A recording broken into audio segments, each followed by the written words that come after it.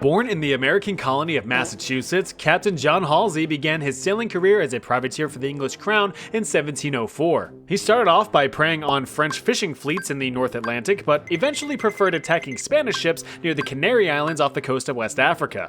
This didn't last long, as his letter of marque, the English monarchy's permission slip to raid enemy ships, expired the very next year. Unable to legally loot and plunder, Captain Halsey turned to piracy and sailed further east into the Indian Ocean.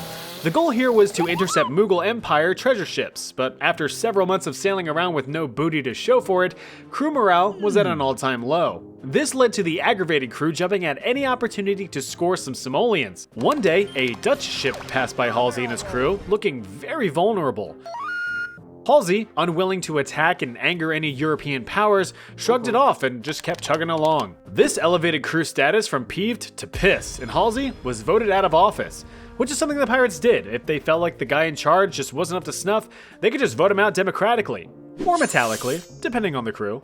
Halsey was metaphorically stripped of his captain duties, and the crew took it upon themselves to attack the Dutch ship, expecting it to be some pushover merchant equipped with nothing more than a single-shot pistol and a few why-I-oughtas. Turns out, not so. The Dutch ship, in fact, had several large cannons and a surplus of why-I-oughtas. The Dutch fired a warning shot at the approaching crew, and it was well received. The rogue cannonball managed to slightly injure the guy at the helm and took out a few armaments at the same time. The crew got the message and did a 540 out of there, immediately reinstating Halsey as captain with a collective, "my bad," which it kind of was. On the next trip to shore, Captain Halsey disbanded the crew and formed a new, less mutinous one.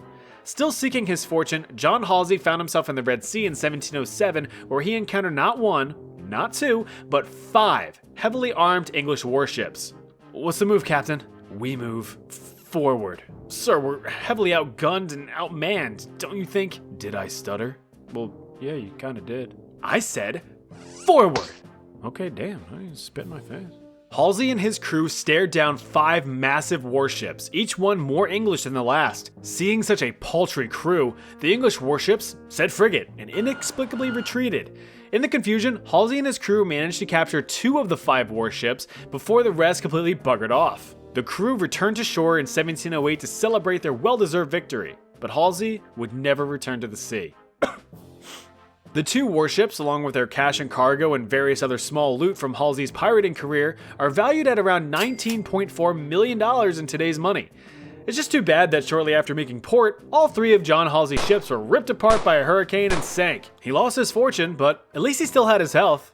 Just kidding. He died of a fever shortly after the storm at the age of 45-ish. Sure, you can face 5 galleons strapped to the keel head on, but God forbid your body temperature goes up a few degrees.